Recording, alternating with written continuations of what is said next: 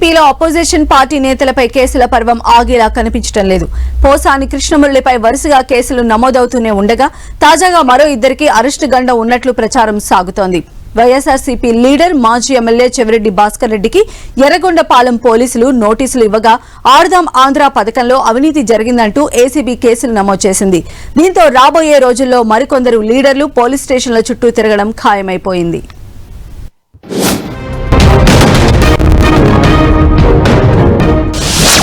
ఏపీలో political hunt.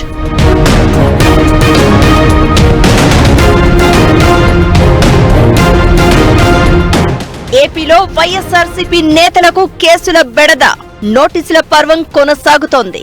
ఇప్పటికే కాకినాడ పోర్టులో వాటాల బదిలీ వ్యవహారంలో విజయసాయి రెడ్డిపై సిఐడి కేసు నమోదు కాగా ఆయన తనపై పెట్టిన కేసులో విచారణకు హాజరయ్యారు. కొద్ది కాలం క్రితమే రాజకీయాలకు గుడ్ బై చెప్పాను అంటూ ఆయన ప్రకటించినా ఇంకా కేసుల నమోదు ఆగే పరిస్థితి కనిపించలేదు.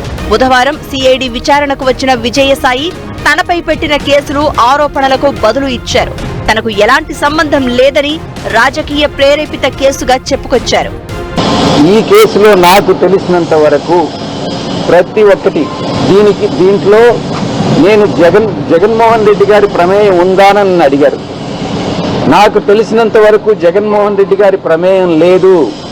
ఈ డీల్ అంతా కూడా కేవీ రావుకి, ఇటు శరత్ చంద్రారెడ్డికి, అరబిందోకి మధ్యన డీల్ చేసిందంతా కూడా కర్త, కర్మ, క్రియ విక్రాంత్ రెడ్డి అన్నటువంటి విషయాన్ని చాలా స్పష్టంగా చెప్పాను.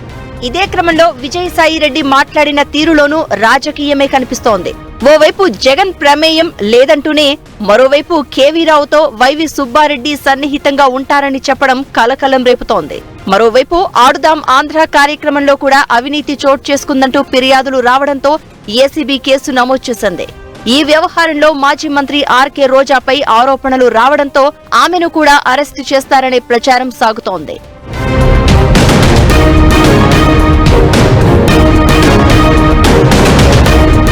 ఇదే క్రమంలో వైఎస్ఆర్సీపీ మాజీ ఎమ్మెల్యే చెవిరెడ్డి భాస్కర్ రెడ్డికి కూడా నోటీసులు వెళ్లాయి. ఎన్నికల సమయంలో రిటర్నింగ్ ఆఫీసర్పై దురుసుగా ప్రవర్తించారనే ఆరోపణలపై వివరణ కోరుతూ ఎర్రగొండపాలెం పోలీసులు నోటీసులిచ్చారు. ఇప్పటికే నటుడు, రచయిత పోసాని కృష్ణమురళిపై అనేక పోలీస్ స్టేషన్లలో కేసులు నమోదై అరెస్ట్ కాగా ఆయనకి బెయిల్ వచ్చినా పీటీ వారెంట్ల అమలుతో బయటికి రాలేని పరిస్థితి నెలకొంది. ఇవే కాదు, ఇంకా రాబోయే రోజుల్లో మరికొందరు నేతలు టార్గెట్ అవుతారని ప్రచారం సాగుతోంది. ఇవి రాజకీయ ప్రేరేపితాలా మరోటా అనేది పక్కన పెడితే ఏపీలో వైఎస్ఆర్సీపీకి చెందిన నేతలపై అరెస్టు కత్తి వేలాడుతుందని స్పష్టమైపోయింది.